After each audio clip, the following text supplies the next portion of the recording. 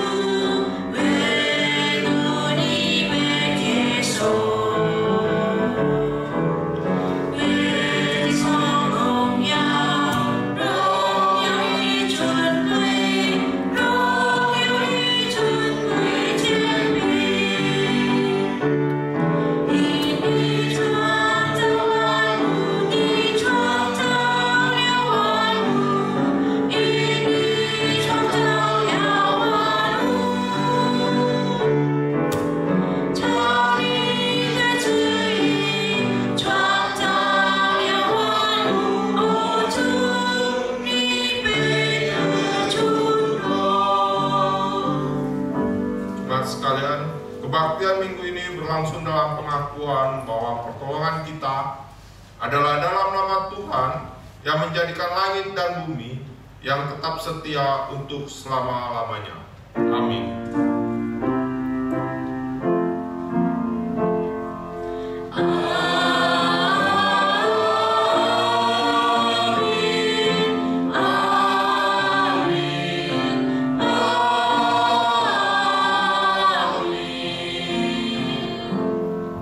Kasih karunia dan damai sejahtera dari Allah, Bapa kita, dan dari Tuhan Yesus Kristus menyertai saudara sekalian.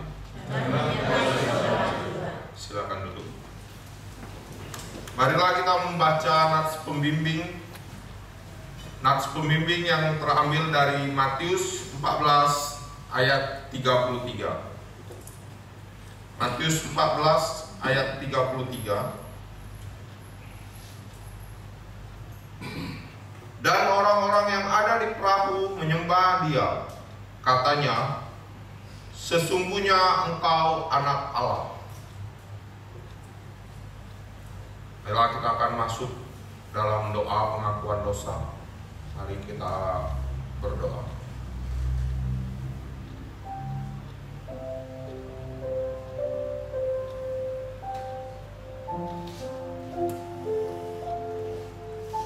Tuhan, kami datang kehadiran-Mu Tuhan.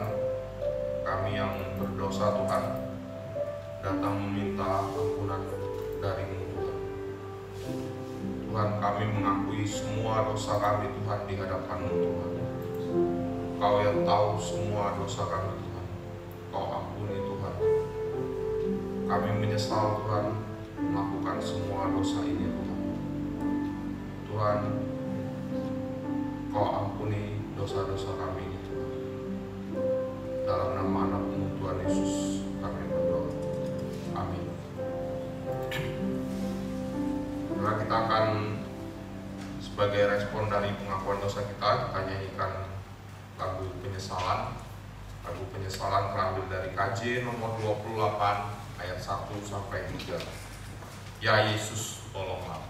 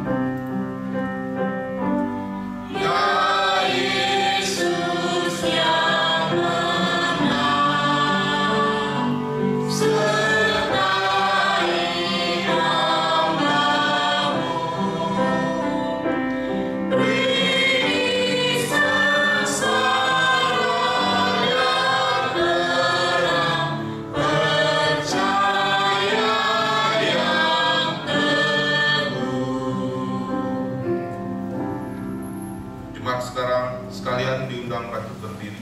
Kita akan mendengarkan berita anugerah. Berita anugerah terambil dari Mazmur 117 ayat 1 dan 2. Berita anugerah 117 ayat 1 dan 2.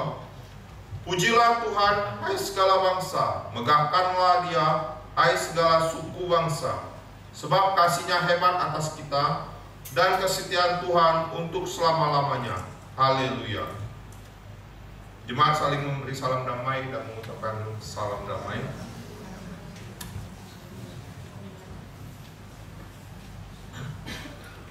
Kita akan mendengarkan firman Tuhan. Firman Tuhan pagi hari ini disampaikan oleh Contoh Ervan Sadat.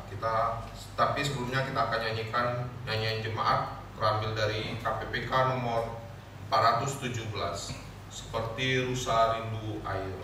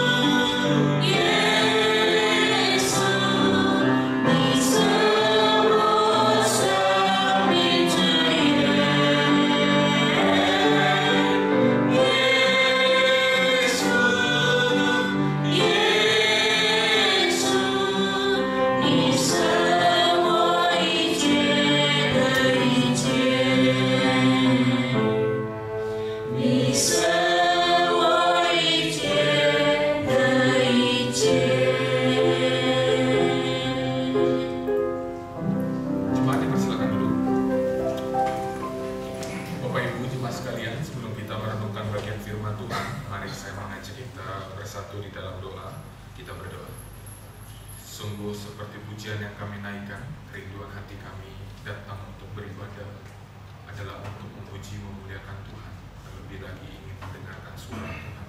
biar kami bisa menghidupi suara firman Tuhan itu tadi di dalam hidup kami dan memuliakan Engkau Tuhan Allah kami. Kami hari ini adalah rusa yang haus, yang rindu untuk disegarkan oleh air firman Tuhan. Kami memohon kepada Tuhan Allah kami hendak mendengarkan kebenaran firman itu.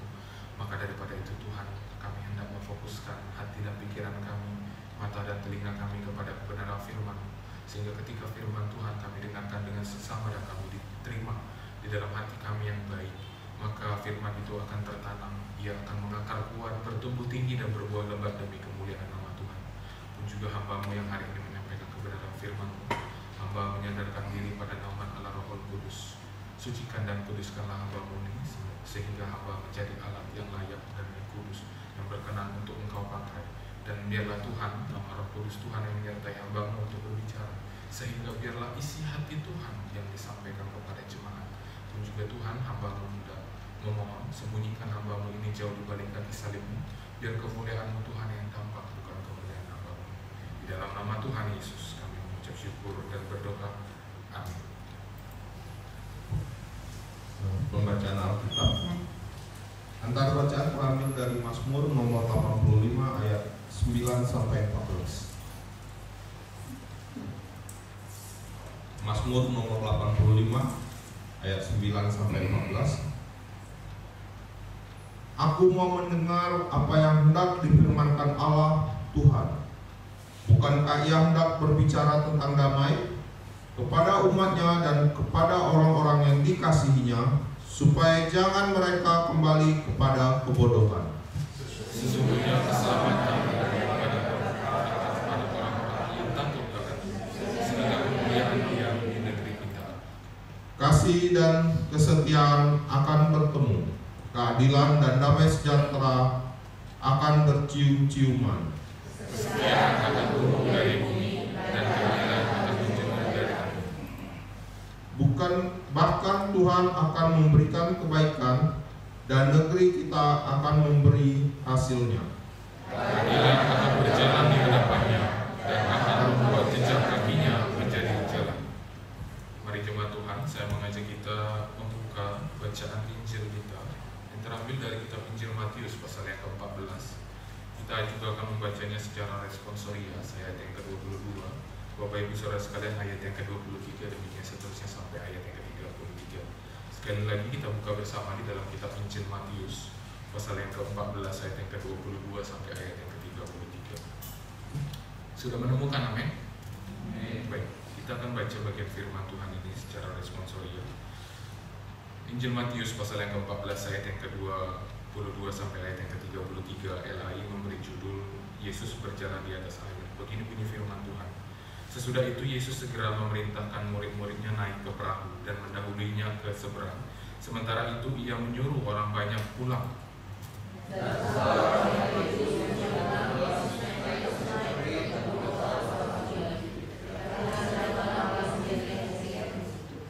Perahu murid-muridnya sudah beberapa mil jauhnya dari pantai dan diombang-ambingkan gelombang karena angin sakal.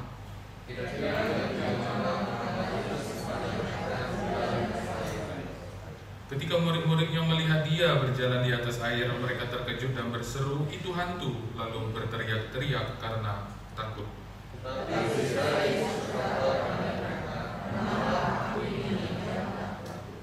Lalu Petrus berseru dan menjawab Dia, "Tuhan, apabila Engkau itu, suruhlah aku datang kepadamu berjalan di atas air."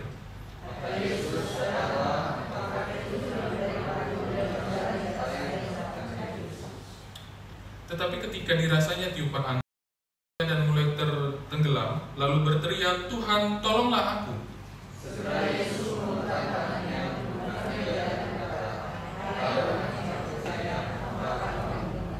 Lalu mereka naik ke perahu dan angin pun redalah.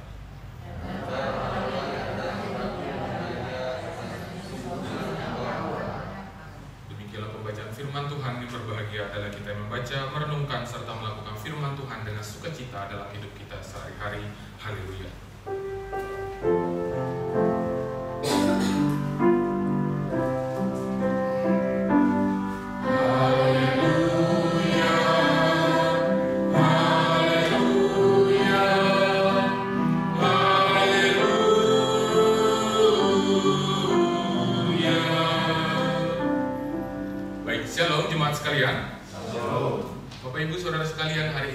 kita diberikan satu tema, yaitu jejak perubahan bagi bangsa.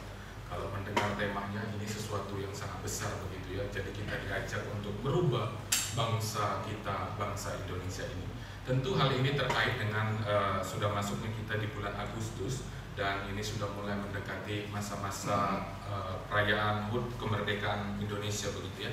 Jadi makanya Sinode memberikan kepada kita suatu tema, yaitu jejak perubahan bagi bangsa, dengan tujuan khotbah ini tadi, dengan tujuan tema ini tadi adalah agar jemaat Tuhan itu diajak untuk bisa memberikan dampak bagi sekitarnya. Jadi ketika berbicara tentang bangsa, itu bukan berbicara memulai dengan suatu negara yang besar, tidak, tetapi dimulai dengan sesuatu yang kecil, yaitu orang-orang di lingkungan sekitar kita, masyarakat yang ada di sekitar kita. Dan juga diajak untuk memberi kesediaan diri, merubah keadaan dimulai dari hal yang sederhana, bukan dari hal yang besar. Jadi kalau Bapak Ibu Saudara sekalian ingin membawa perubahan bagi bangsa ini, itu tidak diajak untuk dimulai dari hal yang besar. Kita tidak harus tampil menjadi orang-orang yang besar untuk bisa merubah bangsa ini, tetapi mulai dari hal yang paling sederhana dan yang paling kecil. Karena hal yang paling kecil terkadang adalah hal yang paling kita abaikan, tetapi ternyata justru itu bisa membawakan dampak yang besar. Saya mengajak Bapak Ibu Saudara sekalian terlebih dahulu melihat, pernahkah kita mendengar suatu istilah tentang butterfly effect? Ada yang pernah mendengar teori ini? Butterfly effect, pernah ya? Kalau kita mendefinisikan butterfly effect itu tadi, maka butterfly effect ini adalah sebuah perubahan atau tindakan kecil yang memberikan dampak besar dalam jangka yang panjang untuk suatu peristiwa, seperti sayap kupu-kupu yang mampu menciptakan tornado. Jadi ada sesuatu yang kecil terkadang bisa menghasilkan hal yang besar dan di luar nalar pikiran manusia itu tadi. Digunakanlah metaforanya adalah seperti sayap kupu-kupu. Bapak Ibu Saudara sekalian, kalau melihat kupu-kupu terbang dan mendekatinya kepada tangan kita, berkepak pun sayap kupu-kupu itu kita tidak merasakan anginnya begitu ya. Tetapi metafora ini digunakan bahwa meskipun itu kecil, meskipun anginnya tidak terasa, tetapi kalau kepak sayap kupu-kupu ini terus berlangsung, maka dia bisa menjadi sesuatu yang hebat, yaitu tornado yang dapat menghancurkan beberapa bangunan begitu ya. Makanya metafora ini sendiri adalah metafora yang menarik begitu ya. Hal yang kecil terkadang bisa dipakai untuk menghasilkan sesuatu yang besar. Bapak Ibu Saudara sekalian, butterfly effect ini nyata di dalam kehidupan umat manusia. Saya ingin mengajak kita melihat sebuah lukisan dan menebak siapa pelukisnya. Ini ada 6 lukisan, bahkan sebenarnya ada belasan lukisan dari seorang penulis. Lukisannya sangat indah, bahkan di pojok sana yang paling kecil itu adalah lukisan Bunda Maria bersama dengan bayi Yesus. Ini adalah 6 lukisan yang indah sekali. Kalau Bapak Ibu Saudara sekalian bisa mencarinya nanti di internet. Kalau Anda zoom, lukisan ini bahkan detailnya sangat-sangat indah sekali. Nah, saya mau mengajak kita menebak. Ini ada 6 lukisan, tetapi hanya ada satu pelukisnya. Siapa yang bisa menjawab ini lukisan siapa? Pulang dari sini saya traktir bakso. Ada yang mau menebak? Tidak ada? Bapak Ibu Saudara sekalian, 6 lukisan ini tadi adalah lukisan dari seorang yang bernama Adolf Hitler. Jadi bayangkan, Hitler seorang orang yang terkenal dengan pembunuhannya dan pembantaiannya yang besar, ternyata bisa melukis. Lantas kalau dia bisa melukis, contoh, di mana letak butterfly effect di dalam hidupnya? Bapak Ibu Saudara sekalian, ketika kita mengenal Adolf Hitler, tentu kita mengenal dia sebagai seorang yang jahat, seorang diktator yang mengerikan, yang membantai banyak sekali orang untuk menggapai tujuan-tujuan hidupnya. Tetapi menariknya Bapak Ibu Saudara sekalian, ketika para peneliti, ketika orang-orang mengamati bagaimana hidupnya Hitler ini, kalau misalnya dia menjalani jenis kehidupan yang lain, dalam artian mereka menarik mundur kembali kisah hidupnya, kok dia bisa sampai masuk ke dalam dunia militer. Menariknya Bapak Ibu Saudara sekalian, ternyata Hitler pernah 2 kali ditolak di Akademi Seni Rupa. Jadi dia sudah punya bakat untuk melukis ini tadi sedari kecil, lalu kemudian ternyata dia sedang mengusahakan agar masuk ke Akademi Seni Rupa di Wina, Austria pada tahun 1907 dan 1908. Tetapi karena 2 kali ditolak, akhirnya dia menyerah. Akhirnya dia berfokus untuk masuk ke dalam dunia militer dan akhirnya mencapai sesuatu yang besar.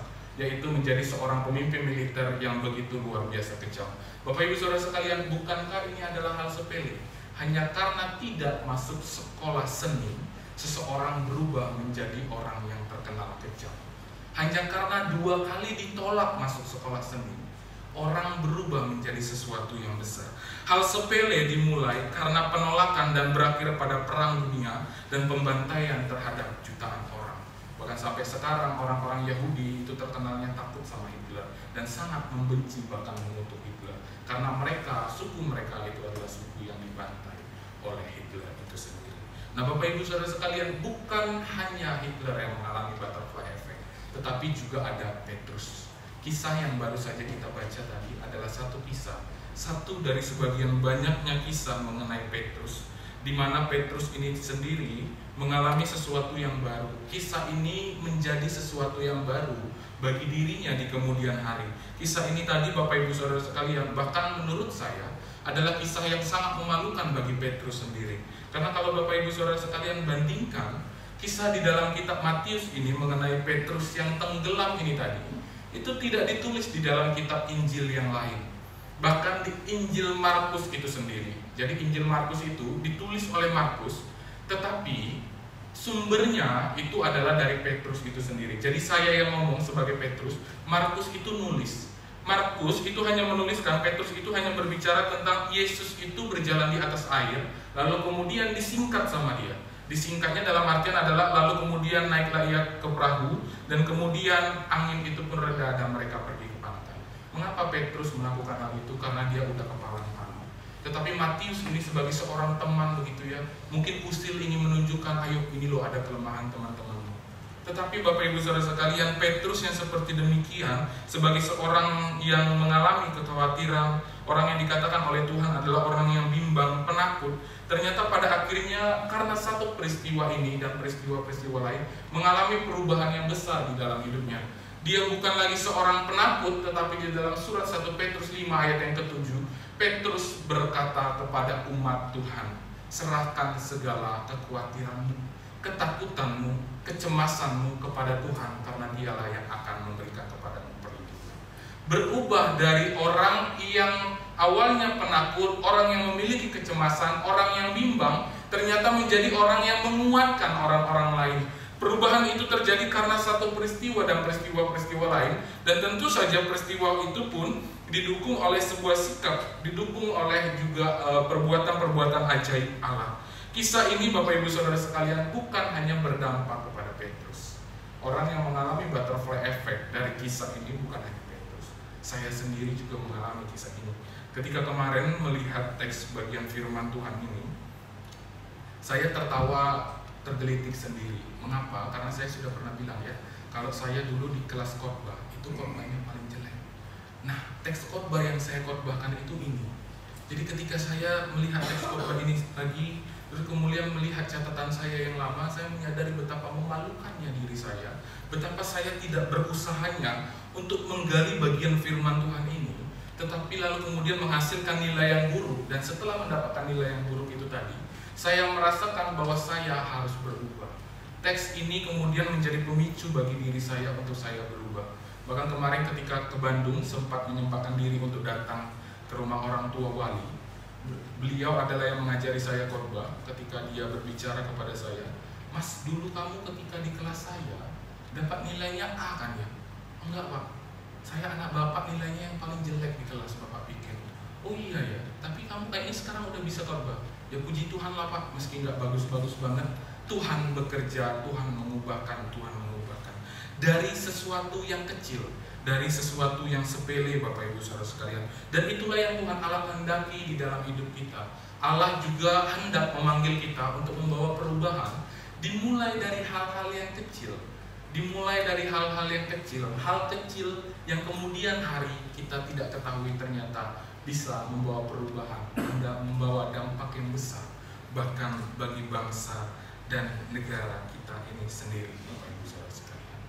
Ini nyata di dalam kehidupan banyak orang. Ada, kalau kita sering buka berita mengenai Pandawa Group, Bapak Ibu Saudara sekalian, mereka adalah 5 anak muda yang berfokusnya kepada hal yang kecil yang terkadang kita abaikan. apa yang mereka fokuskan yaitu sampah. Nah, kalau Bapak Ibu Saudara sekalian lihat, mereka ini berfoto di genangan sampah yang ada di tepian pantai atau mungkin di sungai. Ini semua yang mereka injak adalah sampah, sesuatu yang sering kali kita abaikan. Tetapi mereka fokus untuk membersihkan semua sampah ini tadi. Lalu kemudian aksi 5 orang ini tadi ternyata membawa dampak yang besar dan membuat banyak perubahan, dan jemaat bahkan juga warga itu kemudian mulai melakukan tindakan yang serupa. Kita juga punya kesempatan yang sama seperti mereka. Ada hal kecil yang terkadang kita sepelekan, bahkan mungkin tidak kita anggap, seperti sampah ini saja kita buang secara sembarangan. Tetapi ketika ada orang yang fokus kepada sampah itu tadi, ternyata itu bisa membawa perubahan yang besar kepada orang-orang lain. Tidak perlu melakukan sebuah kegiatan yang spektakuler, Bapak Ibu Saudara sekalian. Dari hal yang sederhana, hanya membersihkan sampah, masuk ke tempat-tempat yang kotor, lalu kemudian mereka membersihkannya, lalu kemudian mereka membawa perubahan yang besar. Tuhan juga ingin kita sama seperti demikian. Tidak perlu melakukan perkara-perkara yang hebat, yang spektakuler, yang luar biasa. Cukup lakukan perkara yang kecil dengan cinta yang besar. Cukup lakukan perkara yang kecil dengan cinta yang besar, maka itu akan membawa kita kepada perubahan yang besar pula, tetapi pada juga dengan cinta yang besar, Bapak Ibu Saudara sekalian. Karena itu Bapak Ibu Saudara sekalian, sekali lagi, mari melakukan hal-hal yang kecil tetapi dengan cinta yang besar. Karena ketika kita setia, ketika kita cinta untuk melakukan sesuatu, apa yang kecil di mata manusia dapat dipakai oleh Allah menurut kehendaknya, dapat dipakai oleh Allah untuk kehendaknya, untuk melakukan hal yang besar. Roma 8 ayat yang ke-28 berkata bahwa Allah itu bekerja dalam segala sesuatu hal. Allah menggunakan segala sesuatu hal menurut kehendaknya untuk menyatakan kemuliaannya. Dan Tuhan mengajak kita juga untuk melakukan hal yang serupa. Tetapi Bapak Ibu Saudara sekalian, bagaimana caranya contoh untuk melakukan hal-hal yang sederhana ini tadi agar berdampak besar? Caranya sama seperti yang dilakukan oleh Petrus. Kisah ini membawa kita untuk melakukan hal yang seperti demikian. Dimulainya dari mana? Dimulainya dari sebuah inisiatif. Bapak Ibu Saudara sekalian, kalau melihat kisah atau tokoh Petrus itu orangnya vokal. Apa maksudnya orangnya vokal? Dia itu suka tiba-tiba ngomong nyeletus sesuatu, melakukan suatu tindakan. Pokoknya apa yang dia pikirkan di dalam isi otaknya itu tipikal orang yang langsung keluarin. Kalau dia merasa kayak kisah ini tadi, melihat Tuhan Yesus, lalu kemudian mereka bilang ini bukan Tuhan, ini hantu, maka apa yang dilakukan oleh Petrus pertama kali adalah, Tuhan, kalau itu betul Engkau, suruh aku berjalan. Itu spontanitas. Pun dalam bagian-bagian lain, Bapak Ibu Saudara sekalian, ketika Tuhan Yesus bilang aku akan ditangkap, Petrus bilang apa? Tuhan Yesus, jangan Engkau berbicara seperti itu. Aku tidak mau Engkau mengalami penderitaan yang seperti itu. Aku akan masuk penjara. Tuhan Yesus, aku akan ikut bersama-sama dengan Engkau masuk ke dalam penjara itu tadi. Petrus ini orangnya spontanitas vokal dia. Lalu kemudian sama seperti itu tadi, Petrus ini meneladankan kepada kita, kalau kita ingin membawa perubahan, dimulai dulu dengan sebuah inisiatif.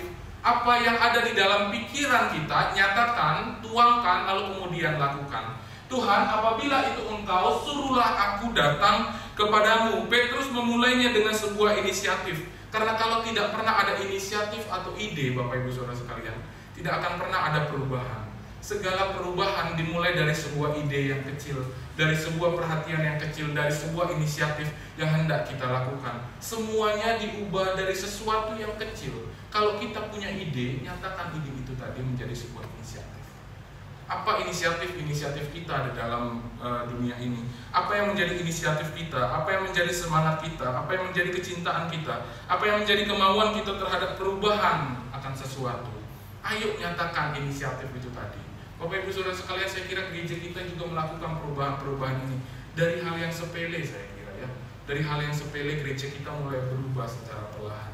Awalnya Bapak Ibu Saudara sekalian, majelis dan juga hamba Tuhan melihat kok jemaat Tuhan pagi-pagi beres ibadah, ya udah nyelonong aja pulang begitu ya. Rinduan hati kami adalah jemaat Tuhan itu tadi maunya ngobrol, saling cerita satu sama lain. Kalau beres ibadah itu punya waktu untuk persekutuan dalam artian berbicara satu sama lain. Nyeletuklah Koyama, bilangnya, kayak mana cara nyalain katanya. Mulai keluar logat Bataknya Koyama, kayak mana cara nyalain? Gampang kok. Gimana kalau kita bikin caranya adalah dengan kita blokir jalan pulang mereka. Jadi apakah maksudnya dibikin palang di depan situ, nggak boleh pulang sampai jam 9.30? Enggak, Bapak Ibu Saudara sekalian. Palangnya apa? Kita letakkan perjamuan kasih. Kita letakkan perjamuan kasih. Kita mulai aja dulu, kita mulai. Perubahan dari inisiatif hal yang sepele, Bapak Ibu Saudara sekalian. Yang penting kita punya inisiatif. Setelah punya inisiatif dan ide, apa yang harus kita lakukan? Berlanjut pada aksi. Karena ide tanpa aksi itu sama aja dengan bohong gitu ya. Bagian ini justru terkadang menjadi sesuatu yang sangat sulit untuk kita lakukan gitu ya. Terkadang di dalam hidup kita ketika sudah punya ide ingin melaksanakannya, ada sesuatu yang tidak ingin kita lakukan, ada sesuatu yang menghalangi untuk berlanjut pada aksi. Apa itu tadi? Sebuah pikiran bahwa kayaknya ini ke depan akan gagal. Jangan-jangan ini nanti ke depan nggak berhasil. Jangan-jangan ini ke depan nanti nggak akan berguna. Tetapi Bapak Ibu Saudara sekalian, ketika memiliki ide yang jelas, ketika kita mungkin entar gagal, entar jelek atau sebagainya, tetapi yang jelas kita harus teladani sama seperti Petrus. Ketika pun dia ceplos-ceplos punya ide ngomong, Tuhan bilang datanglah. Yang Petrus lakukan adalah sama yang seperti harus kita lakukan. Maka Petrus turun dari perahu dan berjalan di atas air mendapatkan Tuhan Yesus. Apa yang harus kita lakukan ketika kita hendak memiliki ide adalah jalan aja dulu. Jalan aja dulu. Keluar aja dulu dari perahunya.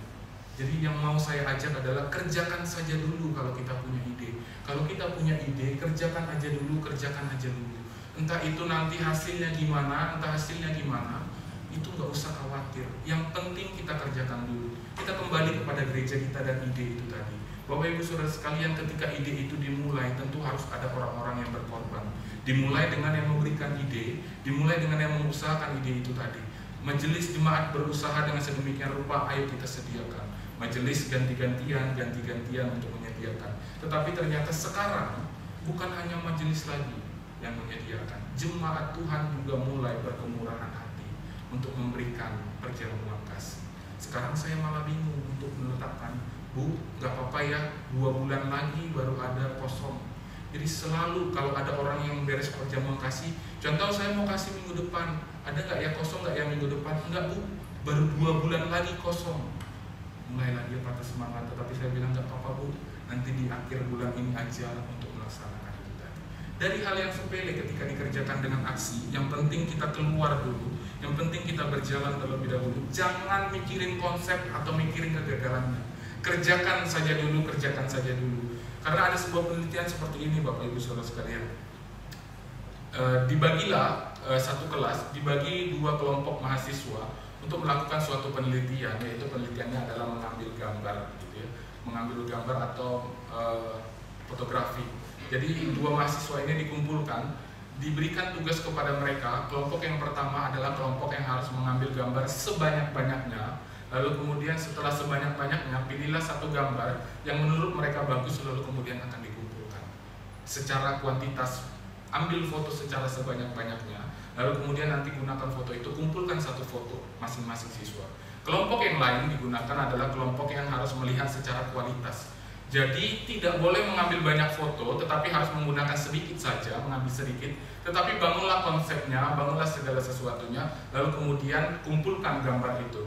Setelah melakukan penelitian ini berlangsung, Bapak Ibu Saudara sekalian, setelah diberi waktu, ternyata setelah dikumpulkan, yang menarik sekali adalah ternyata mahasiswa yang mengumpulkan dengan hasil gambar yang paling bagus adalah mereka yang melakukan dengan banyaknya pengambilan gambar, bukan dengan banyaknya penggunaan konsep-konsep berpikir. Jadi ketika mereka terus mengambil gambar, ternyata menariknya adalah mereka terus mengoreksi gambar mereka secara terus-menerus. Kok kayaknya gambarku masih ngeblur, kok kayaknya gambarku dari angle yang salah, kok kayaknya gambarku kurang cerah, kok latar belakangnya kayaknya kurang bagus. Mereka terus melakukan dan mengoreksi diri, lalu kemudian mereka menghasilkan satu gambar yang bagus. Tetapi menariknya, mahasiswa yang dengan kualitas, yang terus berpikir konsepnya, oh saya pengennya gambarnya gini nanti warnanya harus begini, segala macam. Ternyata hasilnya justru tidak bagus. Lantas dari penelitian ini apa yang sebenarnya hendak diajarkan? Yang harus diajar, yang harus kita lihat adalah ternyata bukan banyaknya kualitas dalam berpikir atau menciptakan konsep, tetapi banyaknya kita mencoba itulah yang akan menentukan kita berhasil atau tidak. Aksi kita itu tadi harus terus dilakukan. Setelah kita mungkin akan gagal, kok kayaknya jelek ya hasilnya, kita koreksi. Apa yang salah, kita koreksi. Apa yang tidak baik, kita koreksi secara terus-menerus. Yang penting kita jalan dulu, yang penting kita berjalan dulu. Kalau mau berubah, ya harus ada aksinya. Kalau mau membawa perubahan, harus ada aksinya. Siapa yang ingin berjalan di atas air, harus berani keluar dari perahu, sama seperti Petrus. Dan siapa yang ingin membawa perubahan, harus berani keluar dari zona nyamannya dan dari zona ketakutannya. Kalau kita punya ide, kalau kita punya kreativitas, harus berani menyatakan kreativitas itu tadi, dan juga harus berani untuk melakukan aksi mengerjakannya. Jangan sampai cuma ide aja, kita ngomong ceplos-ceplos seperti Petrus, tapi nggak berani keluar dari perahu. Tuhan mengajak kita harus fokus, harus juga bisa mengajak orang-orang lain, harus bisa juga berani keluar dari zona nyaman kita. Kalau kita punya ide, meski ide ini nanti akan mendapatkan pertentangan, meski ide ini tadi akan mendapatkan banyak sekali hambatan, yang penting kita maju dulu. Yang penting kita maju dulu. Banyak perubahan itu terkadang tidak terjadi karena orang nggak berani, karena orang nggak berani sama sekali. Jangan kita takut gagal. Mungkin kita sama begitu ya, sama seperti Petrus ini tadi, sama seperti orang-orang berpikir jangan-jangan nanti saya gagal. Tetapi yang kita Bapak Ibu Saudara sekalian, meski gagal, Petrus juga gagal. Tetapi Tuhan nggak pernah tinggalin Petrus. Tuhan nggak pernah langsung lari ketika Petrus ini tenggelam. Menarik sekali dikatakan di sana. Tetapi ketika dirasanya tiupan angin, takutlah ia dan mulai tenggelam, lalu berteriak, Tuhan, tolonglah. Kalau kita gagal, kalau kita mungkin mengalami sesuatu pertentangan, berfokuslah pada Tuhan. Berfokuslah pada Tuhan dan mohon pertolongannya. Kalau gagal nggak masalah, minta hikmat sama Tuhan. Tuhan, apa yang kurang ya Tuhan? Apa yang harus aku lakukan? Bantu aku Tuhan. Itu adalah cara yang harus kita lakukan, sama seperti Petrus ini tadi. Kalau gagal dan mulai tenggelam, nggak masalah. Tuhan nggak pernah tinggalin kita. Yang penting kita tahu bahwa kita harus memohon pertolongan sama Tuhan. Dan menariknya dikatakan di ayat yang berikutnya, segera Yesus mengulurkan tangannya, memegang dia dan berkata, hai orang yang kurang percaya, mengapa engkau bimbang? Ini menarik Bapak Ibu Saudara sekalian. Mungkin kita tidak melihat hal detail ini begitu ya. Ketika saya merenungkan bagian firman Tuhan ini, saya sangat yakin dan sangat yakin sekali bahwa masih ada jarak antara Petrus dan Tuhan Yesus. Masih ada jarak antara Petrus dan Tuhan Yesus. Jadi Petrus di perahu sini, lalu kemudian Yesus mungkin di mana? Petrus ini masih sedang menggapai Yesus, tetapi ketika dia merasakan sebuah hambatan, sebuah dorongan, sebuah ketakutan, ketika dia mulai tidak berfokus kepada Tuhan, Petrus ini berteriak, lalu kemudian dikatakan segera Yesus mengulurkan tangannya. Bapak Ibu Saudara sekalian, kalau ada jarak itu tadi, saya yakin Tuhan Yesus ini bukannya jalan santai datang kepada Petrus, bukan. Tetapi Tuhan Yesus ini berlari mendapati Petrus untuk memegang tangannya. Petrus, aku bersama-sama dengan engkau. Jadi ketika Petrus ini mulai tenggelam, Tuhan tidak membiarkan dia, tetapi Tuhan mengangkat tangannya, memegang tangannya kuat untuk dia bisa kembali bangkit. Sama seperti demikianlah Tuhan Allah yang sama yang melakukan hal yang serupa kepada Petrus, dia juga lakuin hal yang sama kepada kita. Mungkin di dalam hidup kita sudah mulai bergumul. Pergumulan ini menyeret kita kepada ketakutan. Pergumulan ini menyeret kita kepada kekhawatiran. Pergumulan ini menyeret kita jauh daripada Tuhan, membuat kita tidak lagi percaya kepada Tuhan, tetapi berteriaklah kepada Tuhan, Tuhan tolong aku. Tuhan yang akan menghampiri kita, menolong kita dan menarik kita keluar. Ini Tuhan Allah kita yang mau berusaha, asal kita juga memberikan diri kepada Tuhan Allah kita.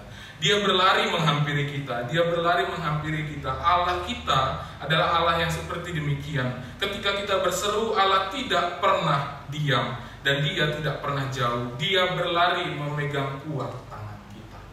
Allah kita selalu bekerja dengan kita, selalu bersama dengan kita. Saya suka ketika dikatakan bahwa Allah itu hanya sejauh doa. Hanya sejauh doa. Ketika pergumulan kita mulai sangat berat, tak ada jalan keluar, tetapi yang Tuhan Allah ingin adalah kita berteriak, ceritakan sama dia. Dia nggak pernah jauh, dia dekat dan terus mengulurkan tangannya kepada kita. Bapak Ibu Saudara sekalian, perubahan itu terjadi, tetapi perubahan yang terjadi bukan dimulai dari komunitas yang besar, komunitas yang kecil. Orang-orang inilah yang mulai mengalami perubahan. Dikatakan di sana adalah sesungguhnya engkau adalah anak Allah. Semua orang di perahu itu kemudian menyembah Yesus. Katanya, sesungguhnya engkau adalah anak Allah. Perubahannya yang terjadi sebenarnya hanya kepada Petrus, tetapi ternyata perubahannya mempengaruhi murid-murid yang lain.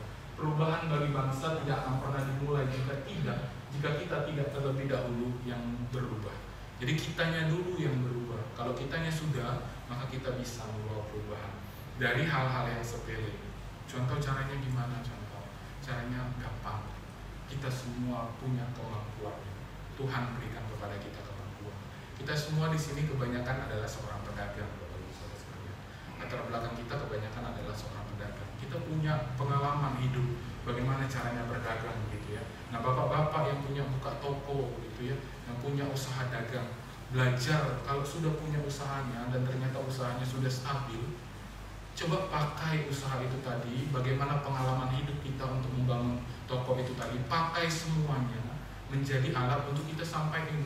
Yuk, saya mau ajarin Bapak Ibu Saudara sekalian, orang-orang di sekitar daerah saya, untuk kita bersama-sama cara membangun toko bangunan, cara buka usaha toko sembako, ajarin bagaimana caranya. Kalau punya skill apa, kita ajarin orang-orang sekitar kita, memberikan hard skill kepada orang-orang lain. Untuk ibu-ibu juga, contoh saya orang di rumah, saya kerjanya cuma masak, ya pakai skill masaknya gitu kan ya.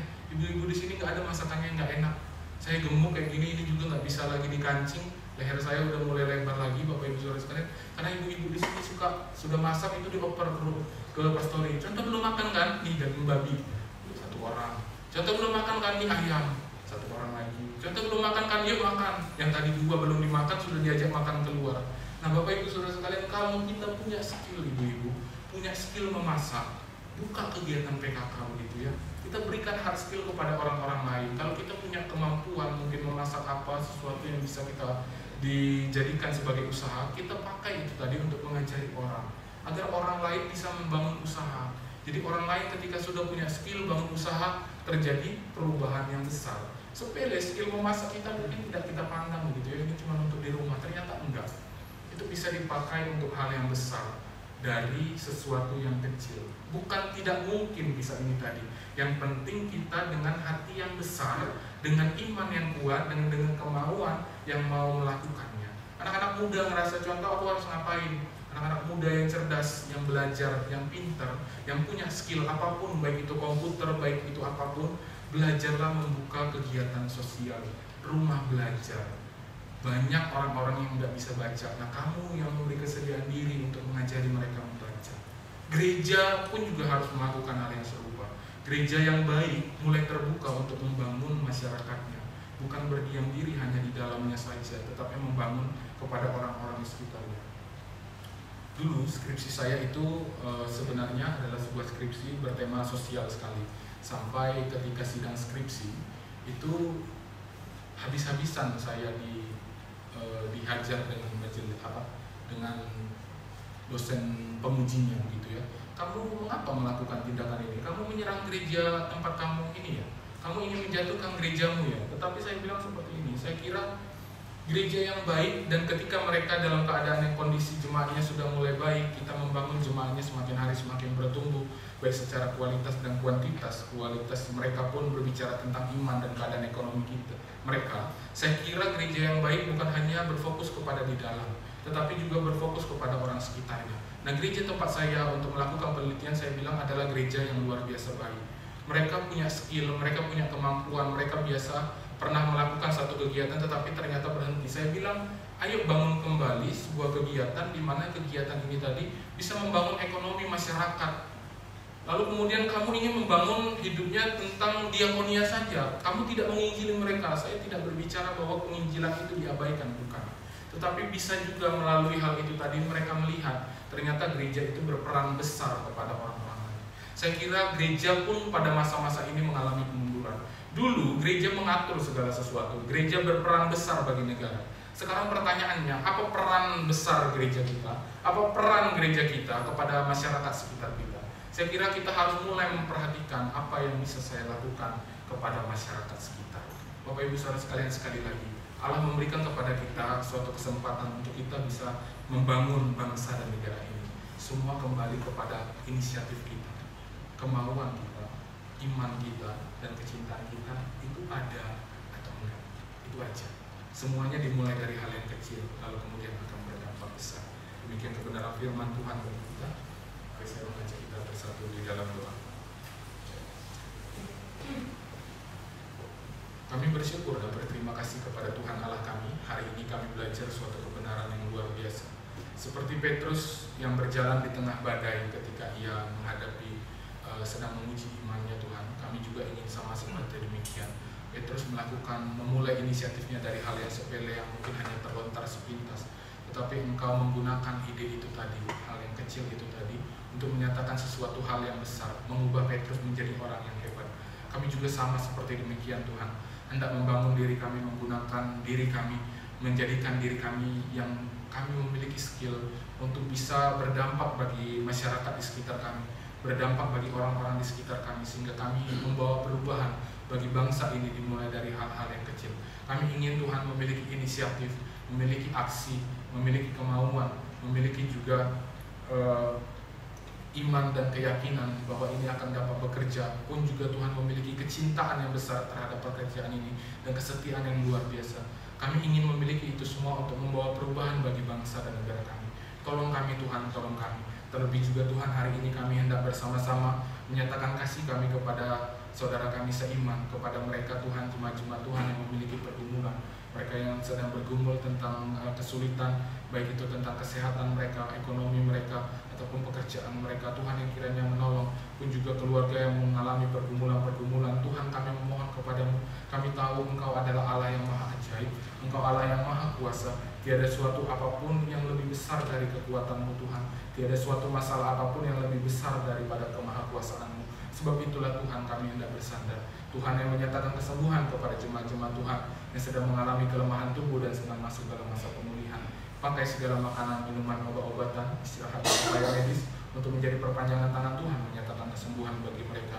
Kami juga hendak berdoa kepada jemaat Tuhan yang memiliki pergumulan terkait ekonomi. Bantu mereka Tuhan, ajari kami juga untuk bisa memberi kepada mereka, memberikan bantuan kepada mereka untuk membangun perekonomian mereka. Kami juga hendak berdoa Tuhan kepada jemaat-jemaat-Mu Tuhan, jemaat-jemaat muda yang sedang mencari pekerjaan, yang sedang studi, ataupun yang juga sedang merintis usaha dan memiliki pekerjaan. Kami mau menyerahkan semuanya ke dalam tangan Tuhan. Beri kepada setiap anak-anak Tuhan yang memiliki pekerjaan dan memiliki studi, yang saat ini sedang merintis usaha, pun beri kepada setiap kami kekuatan, keteguhan, sukacita yang terus baru, semangat yang terus baru setiap pagi, sehingga kami bisa dengan semangat untuk memulai hari kami, bekerja dengan giat, berusaha dengan giat, belajar dengan giat demi memuliakan Tuhan Allah kami. Kami juga hendak berdoa bagi bangsa dan negara kami. Tuhan kiranya memberikan hikmat bijaksana kepada setiap pemimpin-pemimpin. Beri kepada mereka pertolongan, hikmat bijaksana dan hati yang mau berfokus untuk mensejahterakan, mencari kepentingan diri sendiri, sehingga bangsa dan negara ini ketika memasuki harus menghadapi masalah, pemimpin-pemimpin kami boleh mengambil tindakan yang tepat, tindakan atau keputusan-keputusan yang terbaik untuk bangsa dan negara ini. Pun juga Tuhan, ketika kami akan memasuki tahun-tahun politik, Tuhan kiranya yang menyertai pemilihan-pemilihan yang akan terjadi. Biarlah orang-orang yang terpilih adalah orang-orang yang berdasarkan kehendak hati Tuhan. Dalam nama Tuhan Yesus, inilah doa kami, doa yang kami panjatkan seperti di dalam doa yang Engkau ajarkan kepada murid-murid-Mu. Doa Bapa kami. Bapa kami yang di sorga, dikuduskanlah nama-Mu. Datanglah kerajaan-Mu, jadilah kehendak-Mu di bumi seperti di surga. Berikanlah kami pada hari ini makanan kami yang secukupnya, dan ampunilah kami akan kesalahan kami, seperti kami juga mengampuni orang yang bersalah kepada kami. Dan janganlah membawa kami ke dalam pencobaan, tetapi lepaskanlah kami daripada yang jahat, karena Engkau lah yang punya kerajaan dan kuasa dan kemuliaan sampai selama-lamanya. Amin.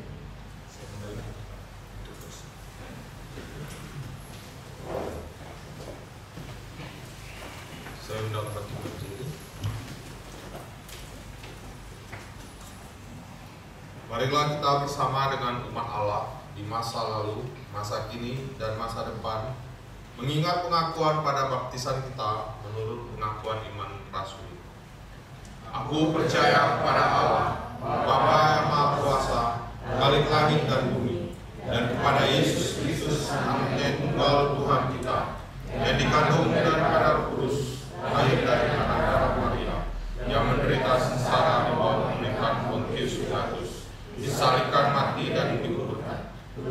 dalam kerajaan maut.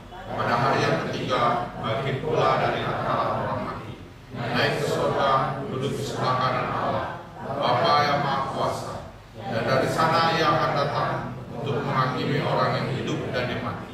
Aku percaya kepada Roh Kudus, gereja yang kudus dan am, persekutuan orang kudus, pengampunan dosa, kebangkitan orang mati, dan hidup yang kekal. Amin.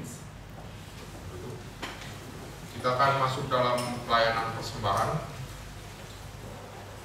Ayat persembahan terambil dari Mazmur nomor 116 ayat 17 dan 18. Mazmur 116 ayat 17 dan 18. Aku akan mempersembahkan korban syukur kepadamu dan akan menyerukan nama Tuhan. Akan membayar nazarku kepada Tuhan di depan seluruh umatnya. Persembahan minggu ini akan dijalankan 2 kali. Kantong merah untuk umum dan kantong biru untuk diakonia. Kita akan nyanyikan nyanyian jemaat dari KJ nomor 337 ayat 1 sampai 3. Betapa kita tidak bersyukur.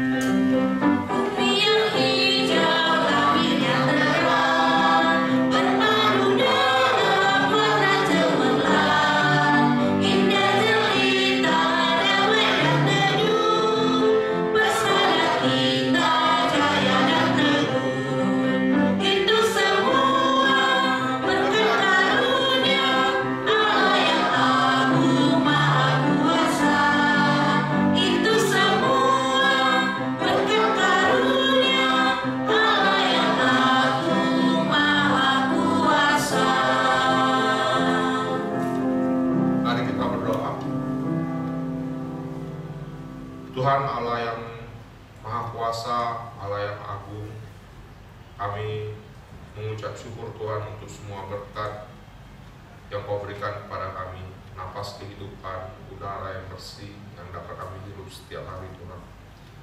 Tuhan, kami memberikan sedikit apa yang kami punya Tuhan, apa yang kami dapat dari berkat-Mu Tuhan, kami berikan kepada gereja ini Tuhan. Tuhan, berikanlah hikmat bijaksana untuk pengurus majelis dapat mempergunakan persembahan kami ini dengan baik Tuhan, untuk kebesaran nama-Mu saja. Dalam nama Tuhan Yesus kami berdoa. Amin. Kita masuk dalam pengutusan. Kita angkat pujian pengutusan dari KPPK nomor 379 ayat 1 dan 2, terlalu manis.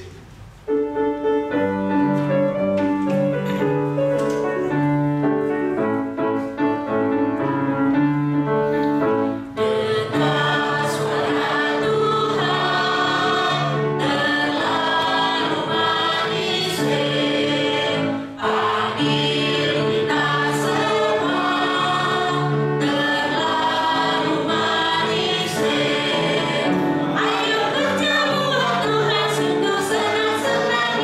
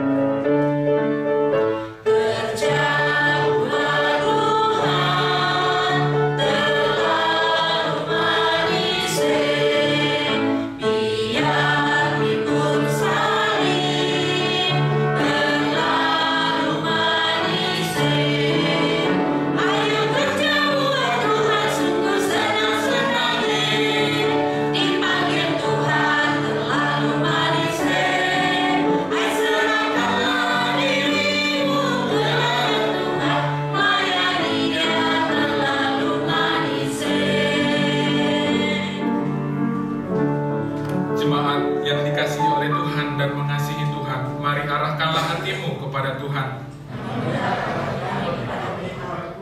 Jadilah saksi Kristus. Terpujilah Tuhan.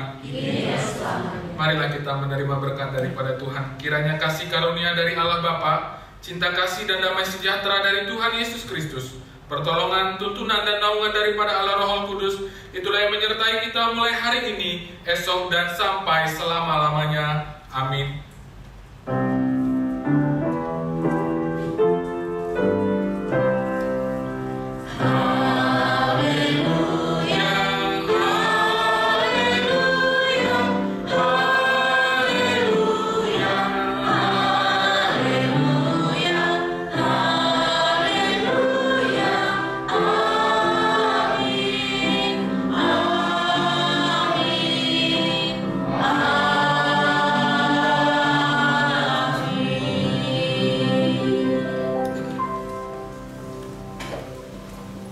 Silakan duduk saat teduh.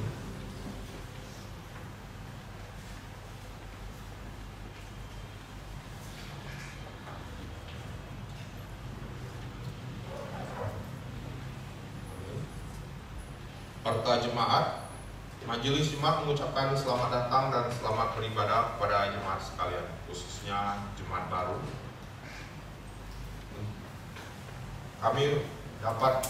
Kami sambut dengan senang hati untuk jemaat baru.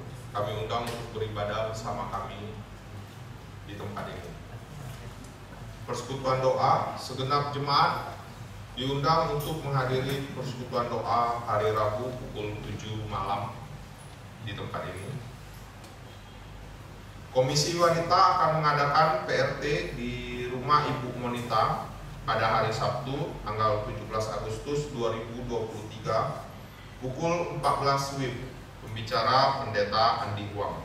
Jemaat kaum wanita diundang untuk hadir mengikuti kegiatan ini. Segenap jemaat pemuda remaja diundang menghadiri persekutuan pemuda remaja pada hari Sabtu 19 Agustus 2023 pukul 19 WIB. Pembicara Evangelis Edianto dengan membawakan tema Now God Through the Bible, Ibrani 1 ayat 1-3.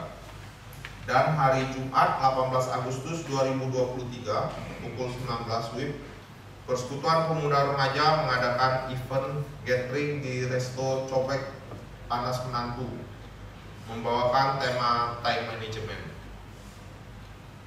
Segenap jemaat yang mempunyai anak dapat menghadiri sekolah minggu anak setiap hari Minggu pukul 11 WIB. Segenap jemaat diundang untuk menghadiri doa pagi setiap hari Sabtu pukul 7 WIB. Hari Rabu tanggal 30 Agustus 2023 pukul 19 WIB akan diadakan persekutuan doa wilayah. Wilayah 1 dan 2 digabung, diadakan di rumah saudari Mega Risma Pakpahan